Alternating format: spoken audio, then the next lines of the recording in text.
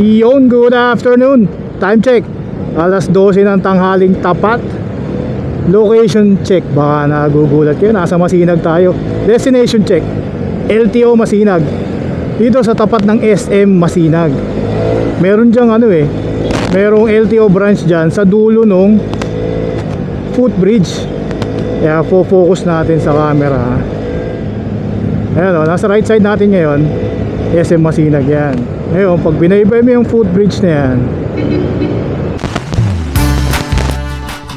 yun, voice over gaming. Pagtyagaan nyo muna ako, nagloko yung audio natin. Lakarin nyo yung footbridge na yan. Yan, nakikita nyo hanggang doon sa dulo. Yun, sa dilaw na building na LTO yun. Right across lang ng yan SM Masinag, nasa kaliwa ng screen. Lapit lang. Ang napansin ko nagloko sa audio natin, yung pagkakasalpa ko nung wire ng wireless mic connecting dun sa Lazada mic natin sa loob ng helmet, tumatama dun sa wari ko, dun sa lock ng helmet. Kaya pag bumabaling ako sa kaliwa, dun na nagkakahetot-hetot na. Dun nagsimula yung problema, nagkaroon na ng crackling sound. Yan, LTO Masinag, rekomendasyon ng tropa yan kasi wala masyadong tao dyan, lalo na pag lunchtime or after lunch, bandang pahapon. Halos talaga nilalanga, walang katao-tao. Ewan ko, wala pa yata nakadiscover masyado dyan. Ang luwag kanina. Pagdating natin doon, dinatnan natin kung marami na yung 5 tao, tila 4 lang Kaya ang bilis ng proseso. Pag pupunta ka ng LTO, magpa-renew ka ng lisensya, expired or may expire pa lang, ang fee ng regular na renewal 585. Ako expired yun sa akin, may additional fee na 75. 1 month to 1 year, pareho lang 75. Di ko lang alam pag lumampas ka ng 1 year kung siguro baka rang back to new application siguro dating mo nun. Di ko lang din alam, di ko ma-sure.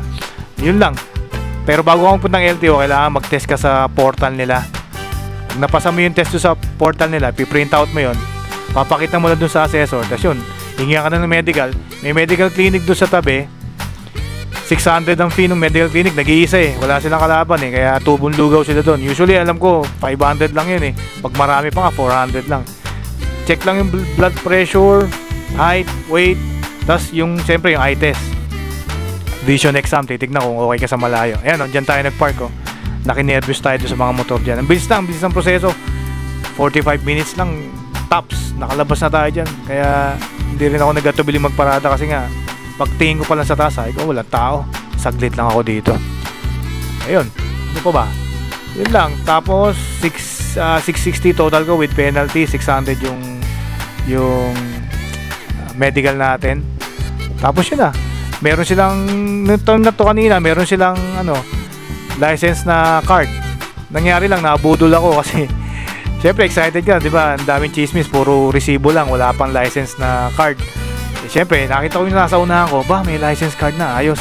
Tapos meron siyang clear na sleeve ng lisensya. Sabi ko, ako rin gayahin ko. Pagtapat ko doon, nung release na yung license card ko, yun na nga. Sabi ko doon may pinakita yung babae. Sabi niya, sir, nung gustong kulay, bla bla bla. May puti, parang may pula, tas may itim Sabi ko, okay ako dito sa clear. Okay, sir, 80 pesos. Naku, budol. Hindi na ako nakatanggi. Siyempre, nakakaya naman, 80 pesos, magkukuripot pa. Pabari ko yung nauna sa akin, nabudol din yun Pero ayos naman, okay yung experience yan. Kaya recommended ko yan, LTO Masinag. Mabilis ang aksyonan dyan. Ang huling tanggap daw nila 4:30 PM 8 to 5 pero huling tanggap 4:30 PM Ayan.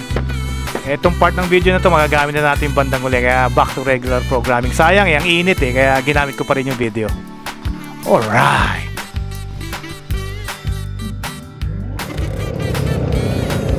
bibili na ako ng rock salt. Hindi ko na kayo isasama doon. Traffic dito sumulong next vlog natin, nasa Guam na tayo. Kuha tayo ng scooter doon. Gagawa natin ng serye yun, scootering in Guam. Medyo matagal tayo doon kaya sundot-sundot tayo ng vlog pagka sinisipag-sipag doon.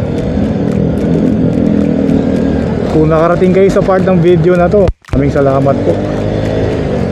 Kung di pa kayo nakasubscribe, baka naman, sayang din, libre naman po yan. Thank you for watching. Till next vlog. Bye-bye.